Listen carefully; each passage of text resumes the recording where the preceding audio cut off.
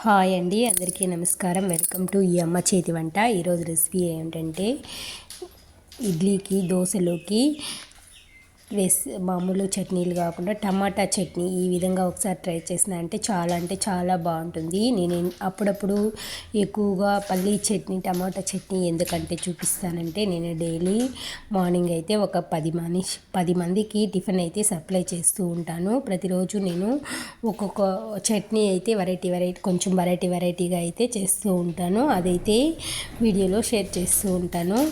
అందువల్ల రోజు కారం చట్నీలు, పల్లీ చట్నీలు, సాంబార్లు అనేవి వీడియోలో వస్తూ ఉంటాయి. మన ఛానల్ని ఆదరించిన ప్రతి ఒక్కరికి నా హృదయపూర్వక నమస్కారాలు. చూసిన ప్రతి ఒక్కరూ మన ఛానల్ని సబ్స్క్రైబ్ చేసుకోండి. మరిన్ని మంచి వీడియోలతో అయితే మీ ముందుకు వస్తాను. ఈరోజు టమాటా చట్నీ అయితే ఎలా చేసుకోవాలో వీడియోలోకి అయితే వెళ్ళిపోతాం. నేనైతే ఇక్కడ 1/2 kg అయితే టమాటాలు తీసుకున్నాను. పుట్నాల పప్పు అయితే ఒక చారుడైతే తీసుకున్నాను. పెద్ద ఆనియన్స్ అయితే ఒక 3 తీసుకున్నాను.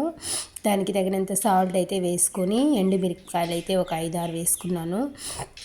5-6 తగినంత సాల్ట్ వేసుకునేసినాను. తెల్లగడ్డ కూడా 4 పాయలు అయితే వేసుకొని మొత్తం అన్నీ కలిపి అయితే మిక్సీ అయితే రెడీ చేసి అయితే ఉంచుకున్నాను. ఇప్పుడు ఇక్కడైతే బాణాలిలో దీనికి ఆయిల్ కొంచెం ఎక్కువగానే పడుతుంది. 3 టేబుల్ స్పూన్ ఆయిల్ అయితే వేసుకొని పోపు దినుసులంతా వేసుకొని, పోపు దినుసులు ఫ్రై అయిన తర్వాత మనం మిక్సీ చేసుకున్న కారం చట్నీ అయితే ఇందులో తిరగబాతు అయితే చేసుకోవాలి. ఇందులో నేనైతే కారం కొంచెంగా వేసినాను కాబట్టి, ఎండుమిరపకాయలు ఒక 5-6 వేసినాను కాబట్టి, ఒక చిటికెడు పసుపు, ఒక స్పూన్ అయితే కారపొడి, మిరప్పొడి అయితే వేసుకున్నాను. అంతేనండి. దీన్ని బాగా ఆయిల్ పైకి తేలేంత వరకు అయితే, పచ్చి వాసన బాగా పోయే వరకు అయితే ఉడికించుకుంటే మనకు టేస్టీ అయిన సూప్ కొంచెం పుల్లగా కొంచెం పుదీనా కానీ, కొత్తిమీర కానీ గార్నిష్ చేసుకుంటే వేస్తే స్మెల్ అంటే చాలా బాగుంటుంది.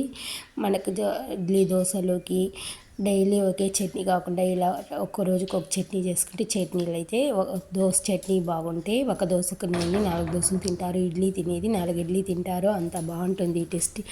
ఒకసారి తప్పకుండా ట్రై చేయండి. ఈ వీడియో నచ్చితే లైక్ చేయండి. మన ఛానల్ని సబ్స్క్రైబ్ చేసుకోండి. Thank you.